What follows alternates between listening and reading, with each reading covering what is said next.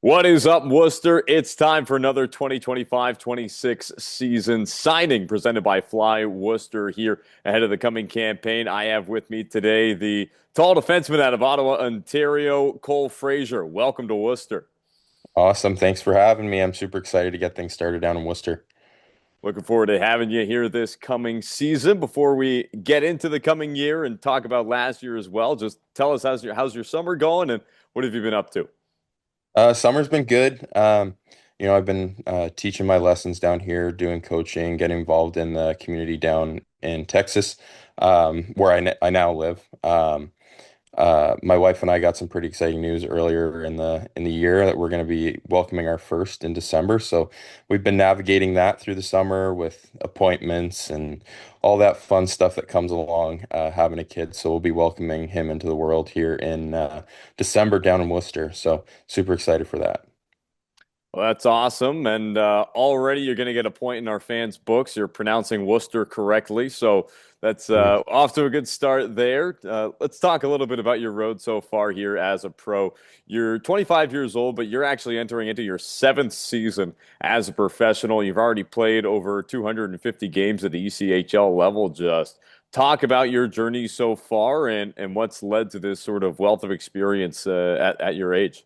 Yeah, I mean, I I played in the OHL in junior, and obviously my style of game, I'm a tough, ragged defenseman, and you know I'm not afraid to stand up for teammates and get involved in that kind of stuff. But it made it difficult to go back for my last year in the OHL with fight rules and stuff. There only being three, and so I made the decision to go pro at 20, so I didn't play my overage year and started my career. Kind of bounced around for the first month until about November, and then landed in Allen where I started my career. And then COVID canceled that year. So that year was a learning curve, a big experience, and that was the first time I'd actually been to Worcester. So then we ended up going, bounced around a little bit more. I'd signed in Allen again, and then got traded. And the next year was crazy with only 13 teams in the league, and went to South Carolina, Utah. I've been a bunch of places in the ECHL and got to experience all most of the divisions. Worcester now completes all the divisions. So I'll have got to an experience all the divisions and all their different styles. All the styles of hockey are completely different, and I've learned that over my coming up on 7 years, and even a little bit overseas. But for me, I think being able to experience all those things, it really puts into perspective um, what this league really is made for, and how we learn to adapt and grow and bring all these things into a leadership aspect of our life, and be able to see,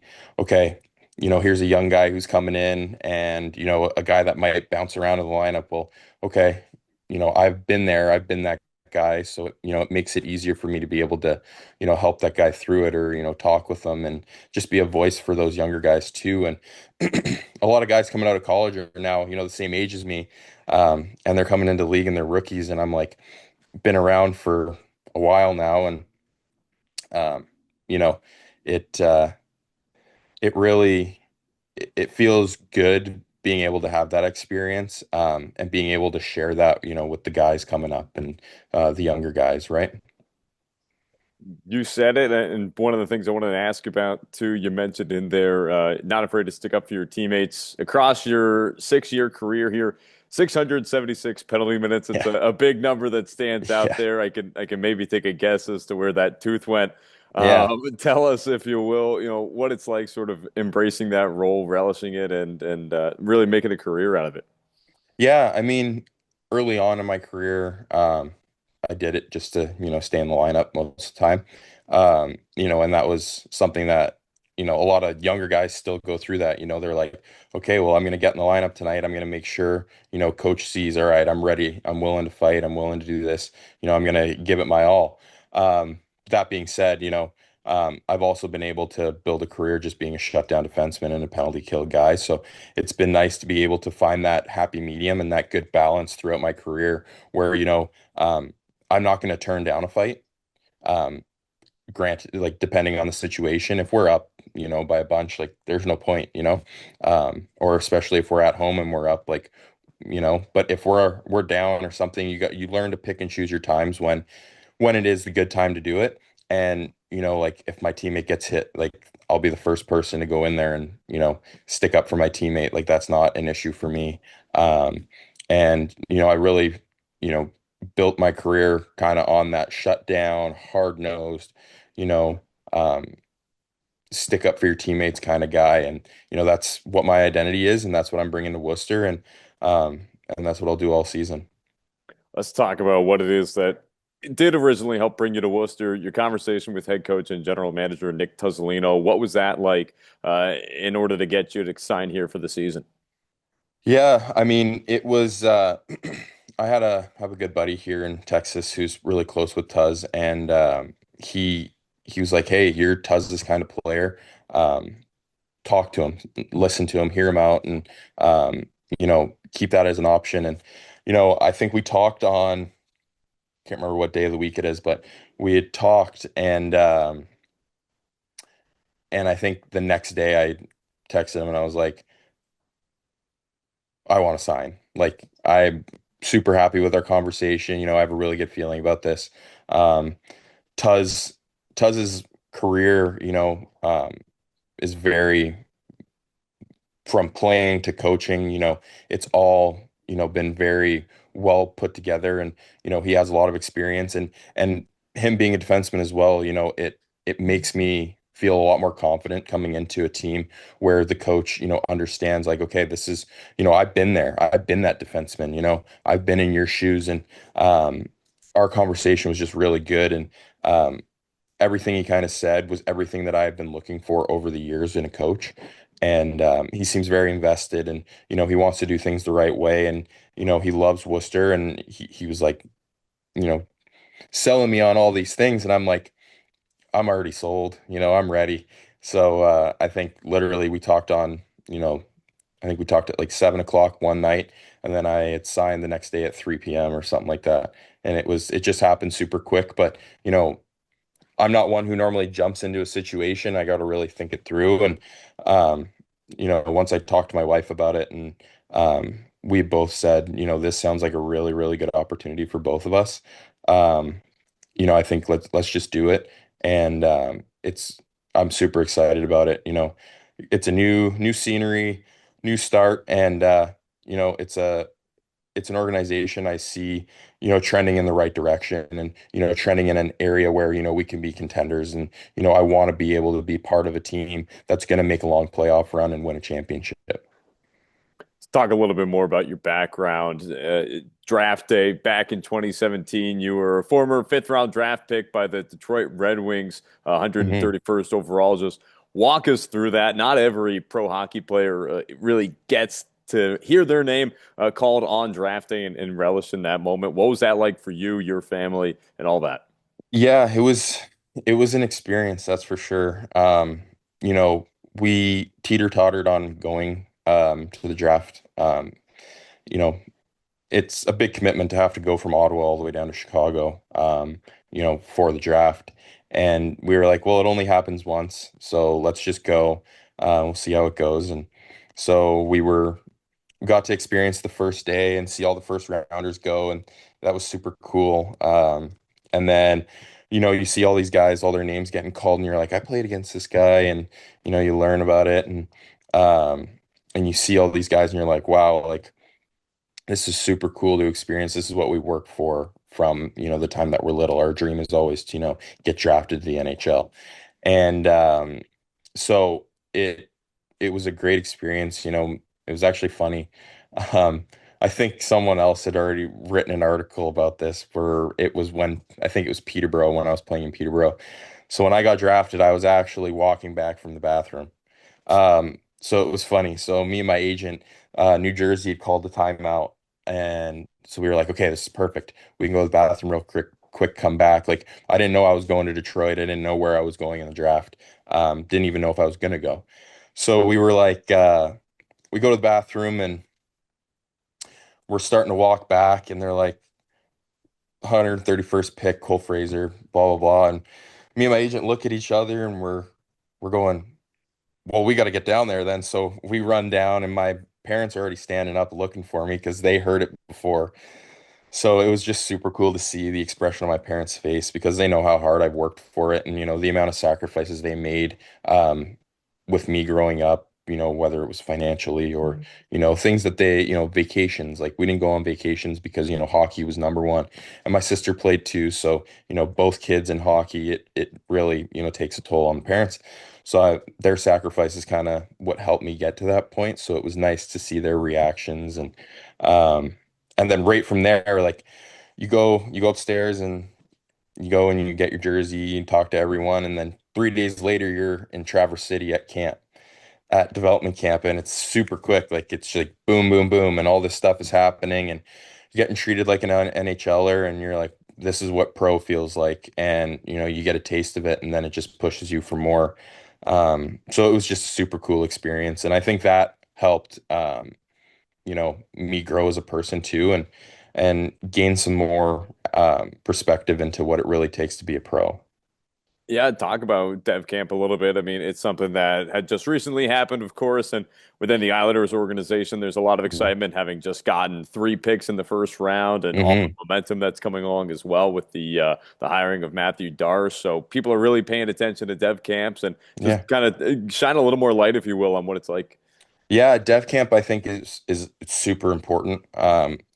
It's these players' first um impression on the organization.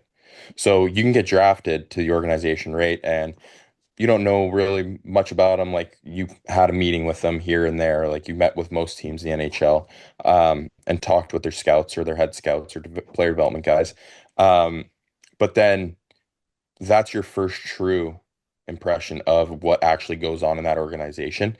So it's super important, in my opinion, when to put on these camps, because it's like, okay, we got all our prospects together. These are the guys you're battling with over the next, 2 years for guys coming out of junior, and potentially 4 or 5 years for guys coming out of college.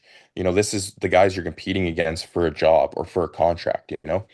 And it's super cool to see all the battle between all the prospects. And, I think dev camp for me was super cool because you go to your dev camp, you have your dev camp, and then come September, you go to rookie tournament. So now you're on a team with these guys. So you got to see these guys for a week and get to know these guys for a week and get to know the organization. And then you go right from there, back into your summer routine. You start training, you're working towards your next impression, which is game situations. So then you go and you play in these rookie tournaments, and rookie tournaments are super cool and super fun. Um, I think so. I played one game for my rookie tournament. We played against St. Louis, and that was just a whole. Actually, I played two. Played against St. Louis and Minnesota, and they were both super, super great games, and it was a lot of fun to be a part of. So yeah, I mean, we uh, we take for granted the early stages in our careers because it's like once this happens, like it's over and done with. If you don't sign, an NHL deal, like that could be the last time that, you're in an organization like that. So for a lot of people, I think just to relish the moment and really just, sink in and let it really sit with you about what it takes to be the pro. And so it's really taught me a great deal of what it really takes. And one of the last things here for you, in talking about, learning early on, what for you or maybe some early hockey memories that, stick out in your mind are something that's a favorite of yours that maybe even helped to shape the player and hockey fan, if you would, that you are. Yeah, I mean, I think everyone when they were younger, like super little, watching NHL teams or going to practices. Like I know when I was in Ottawa, my dad worked for a construction company who, helped, break down, set up, back then it was the Corel Center or Scotiabank. I think it's Canadian Tire now, maybe, the rink in Ottawa. And so I would, sometimes get to go in there, and we know when their practices were, and we get to go see open practices. And I think that's where I was really like, okay, this is what I want to do for the rest of my life, be a hockey player. And it really, that was probably the number one time where I was like, okay, this is what I want to do. Um, and ever since that moment, you work towards it. And then, I think the coolest moment for me probably in my pro career was when we were in Toledo, we went to a Kelly Cup final.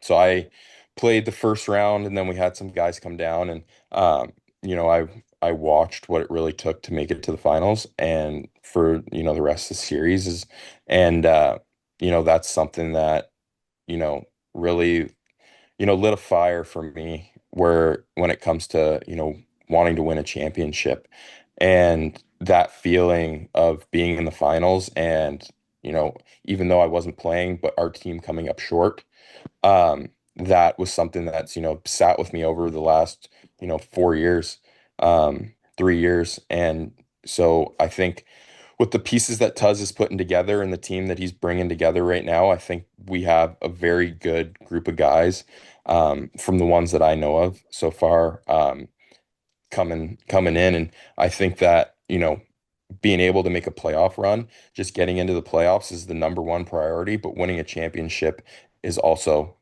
right there. And I now know what it feels like to be in the finals and to lose. I want to be in the finals and I want to win here in Worcester.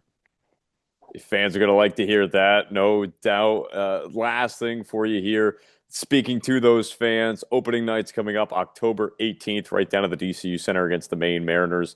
The road starts game one right on that date, the 18th. Your message to fans who are excited to come out, see you skate with the team, see the team get back on the ice, and get ready for another season. Yeah, let's go, Worcester. You know, we're gonna put on a show for you guys this year, and I think that this group of guys can really do something special, especially with Tuz leading the way. So be ready for October 18th here at home against Maine. Cole Fraser is your next signing for the Worcester Railers ahead of the 2025-26 season. Cole, thank you so much for taking the time today. Thank you. I appreciate it.